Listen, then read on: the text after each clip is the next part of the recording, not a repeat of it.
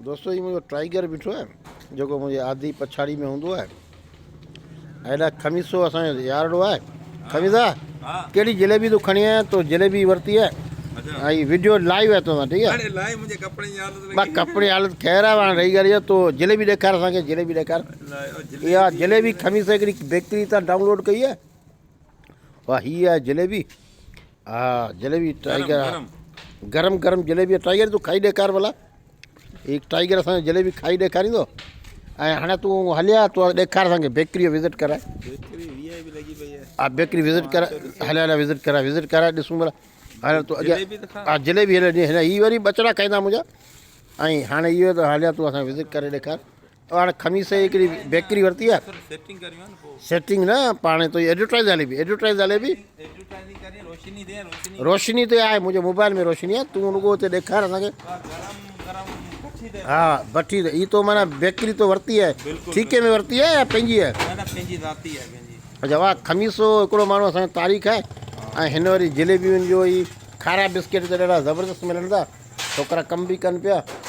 खारा बिस्किट एॾा पिया आहिनि गरम गरम पिया आहिनि। हाँ ताज़ो माल फ्रेश पियो आहे। छोकिरा त टांडे अच्छा हेठां माना छा थींदो आहे टांडो भरंदो आहे। टांडो भरंदो आहे खारा बिस्किट कढो था ऐं ॿियो जलेबियूं। राति जा 11 थिया आहिनि 11 बजे माना कमु अञा ताईं स्टार्ट आहे।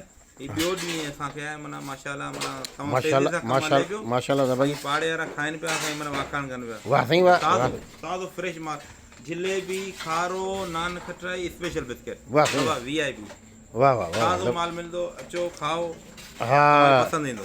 वाह साईं वाह वाह वाह दोस्त सभु ॾिसनि पिया 52 माण्हू ॾिसनि पिया तोखे 52 माण्हू ॾिसनि पिया ऐं तुंहिंजी तारीफ़ कर पिया। बेकरी ते खाओ हा ॾिसनि पिया वाह ही बेकरी जो नालो छा रखियो अथई?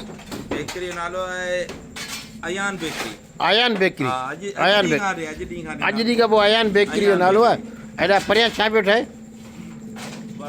वाह हेॾा परियां हेॾा कुझु ठहे पियो। हा हीअ छा ठहनि पिया? इहे खारा पिया ठहनि खारा बिस्किटनि जो ई माना फार्मूलो इहो आहे पंहिंजो माना हीअ पहिरीं माना मानिन वग़ैरह पचाईंदा न। वाह वाह वाह वाह वाह वाह छोकिरा हीअ थोरो कटे ॾेखार असांखे। हले दोस्तनि वाह वाह वाह वाह अञा हिनजी सेटिंग कंदासीं अञा हिनजी माना ड्रेसूं वठंदासीं माना हिनजी सफ़ाई जो इंतज़ाम फुल कंदासीं। अच्छा सफ़ाई भई आहे सफ़ाई जो इंतज़ाम फुल कंदासीं इंशाअल्लाह तव्हांखे पसंदि ईंदो। ये राति 11 थिया आहिनि 11 बजे कमु हले। बस दोस्तनि खे सलाम कर खमीस खटी जो सभिनी दोस्तनि खे सलाम आहे मुंहिंजो ऐं बेकरी पंहिंजो नालो अयान नंढड़े पुट जो नालो आहे अयान माशाल्लाह तव्हांखे माना पसंदि ईंदा बिस्किट तव्हां अचो ऐं अचो हिते खाओ अची न अची टेस्ट करे। महिरबानी साईं खमीसा ताईं वॾी महिरबानी।